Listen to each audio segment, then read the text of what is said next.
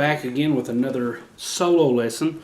Now, unlike the, well, I don't know if it'll be the previously posted. This may actually be posted before the one I just recorded. But unlike the other video, this video will be going over solo of a song that I actually sung on the Gospel Songs Concert video here on YouTube. The one I just now got done recording is Back to the Cross, and that'll probably be releasing later since I haven't actually sung it as of the time of this recording. Between now and then, who knows, I may have recorded it, I don't know. But this one I sung on that, it is called Paul's Ministry. That's what I've got it titled as. Some people call it Paul's Journey. But very simple solo, once again. If you'll, later on, if it's not released now, if you'll go to the Back to the Cross video, there's a section at the end of that video that's very important I'd like you to really check out. And that talks about how people ask me all the time how it sounds like I'm playing multiple guitars, or make it sound like multiple guitars are playing. And that's because I let my right hand continue the rhythm part in between the downstrokes or the melody notes. And for example, when I started this, okay, so you heard those upstrokes being the rhythm part. And a lot of the rhythm, when you're playing melody, happens in that strumming hand during the upstrokes.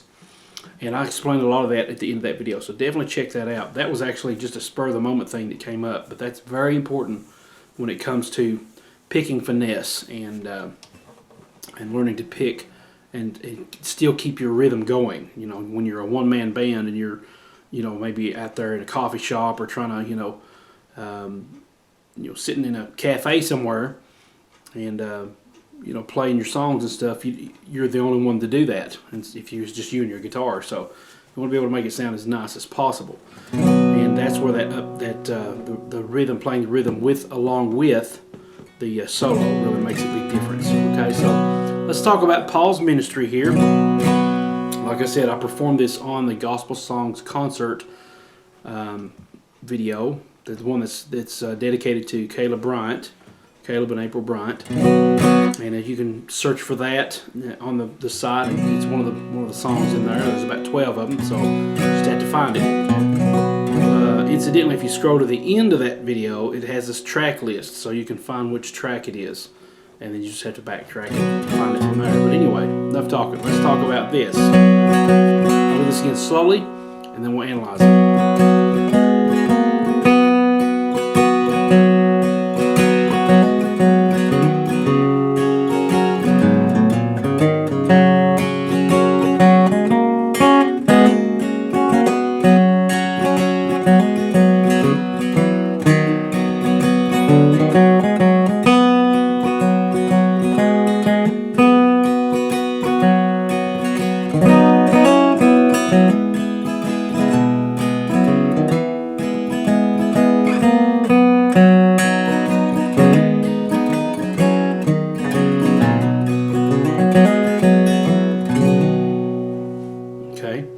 Very slow, had a couple of incidents there, but we'll go over this, analyze it here. Very easy. A lot of this song, I'm keeping this same G position here. By the way, we are in the key of B, capo 4th fret.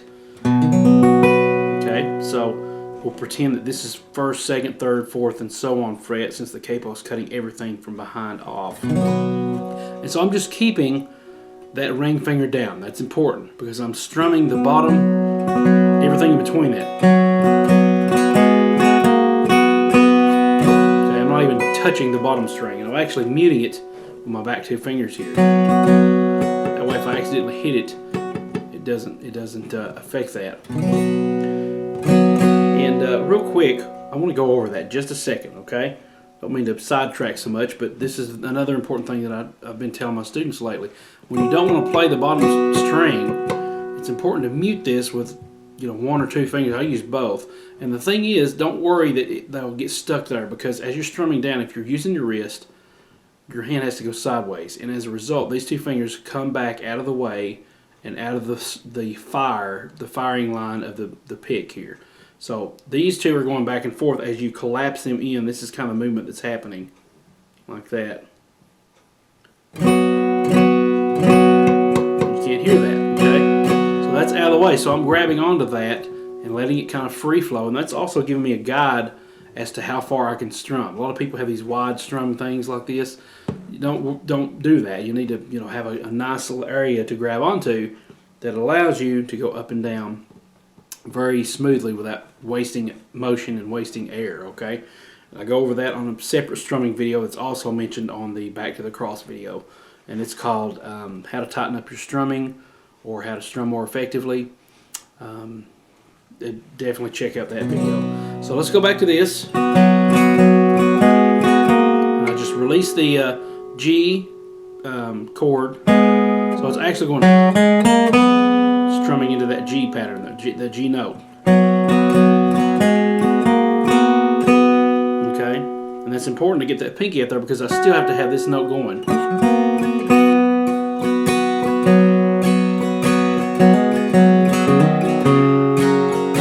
Fairly easy enough, and then just a quick D run.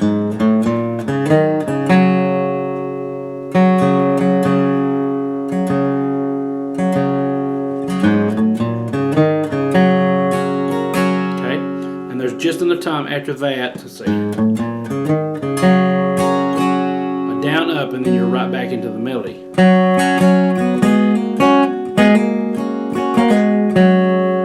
And some people, prefer maybe this. But I find myself going back to this just regular D with a pinky extending on certain notes. So let's see, back to that. The E lick.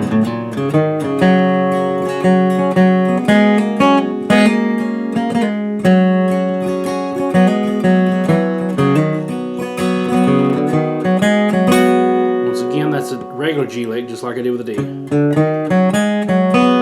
Or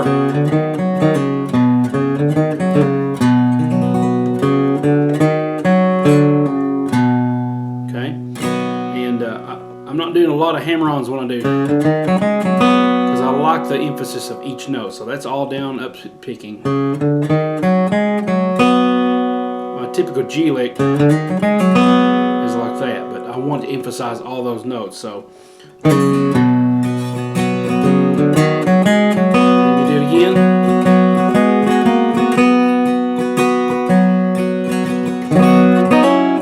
And this is the tough part because my finger wants to stay stuck there on that ring finger. I mean on that B string. But you need to really come down. You can either do that, okay, to the C, and I'm just hammering both of these down.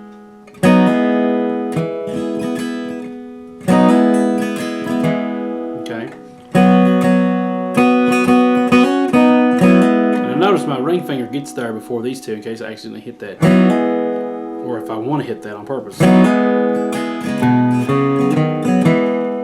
Now notice that upstroke again. Okay, so it doesn't matter if this finger's down. It sounds like a nice suspended sound because I need that finger up here.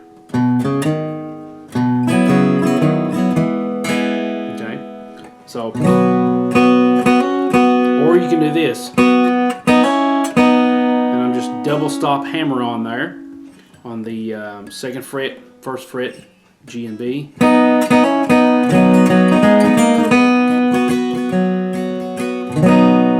you can do, when I'm doing that, I'm lifting this ring finger so that I can actually hit the B string open. Or you can do this, let go of the chord completely. And just hit the D, G, and B, once again muting the E so that it's not ringing open. That way your fingers are free to hit that C hammer on. Okay. Now another thing you can do if you want to, really, it's going to sound weird because everything up to this point has been slow and steady. But if you really want to blaze it,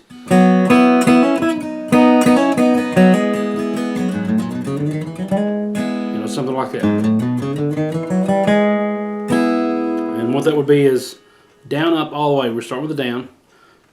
0, 1, 2, or 0, 1, 3 on the E. And then 0, 1, 2, 3. starting with an upstroke, and then the next one starting with an upstroke, 0, 1, 2. So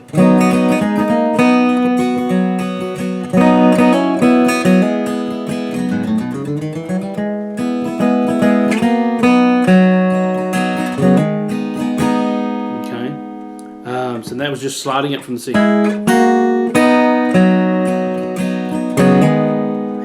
To the E minor, and you want this sound. The problem is it's going to be going to a D, so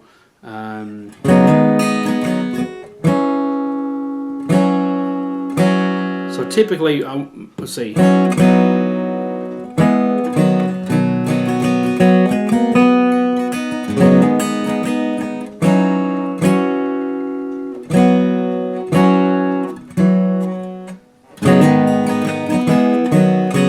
actually you could go from a C there and it would sound probably better.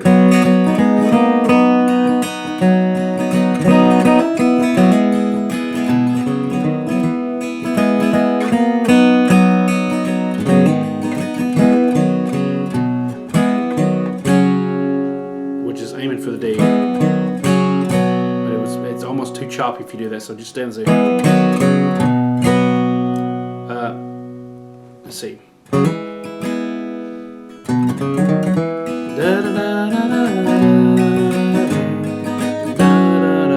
And it goes straight to a D there, and this is, if you did that, this is the 7th.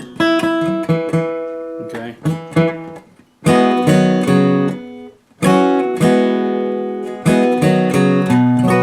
you're in the D, but I think staying to kind of mesh the D and the C together, you could just think of this as the C add 9, which I call the cheater C. Make your G and then bring this down.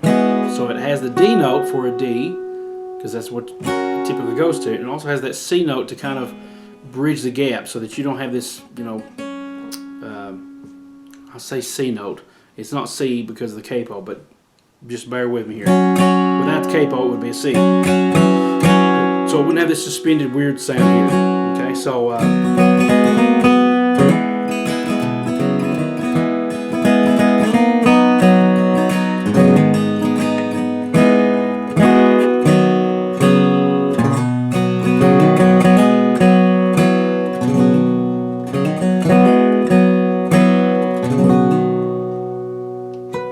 okay, so that is Paul's Ministry in about 13 minutes.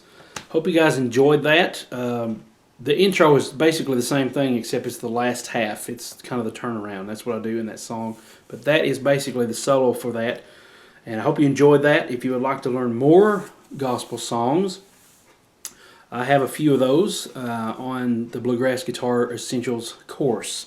If you go to bluegrassguitaressentials.com, I have some gospel, some fiddle tunes, some traditional songs. Where the Soul Never Dies is on there. I Have Found the Way is on there. St. Anne's Reel is on there. Working on a Building's on there. There's about 7 songs, I think, in all. Somewhere around in there.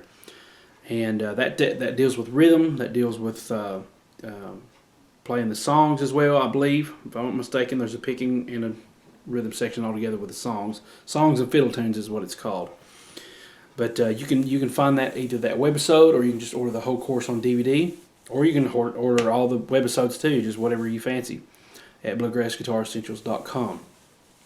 So thanks so much for watching. Please like, subscribe, share this with your friends. And I'll see you on the next video, whatever it may be. I think I'm going to try for one more tonight. I'm taping this when it is just after midnight. It's almost 12:30 now. And I just was in a guitar mood. Wanted to, kind of share with you guys. So hope you're enjoying these, and I hope you're learning a lot. I really do. And so I'll see you guys later. And so thanks so much for watching, and I'll talk to you guys later. God bless.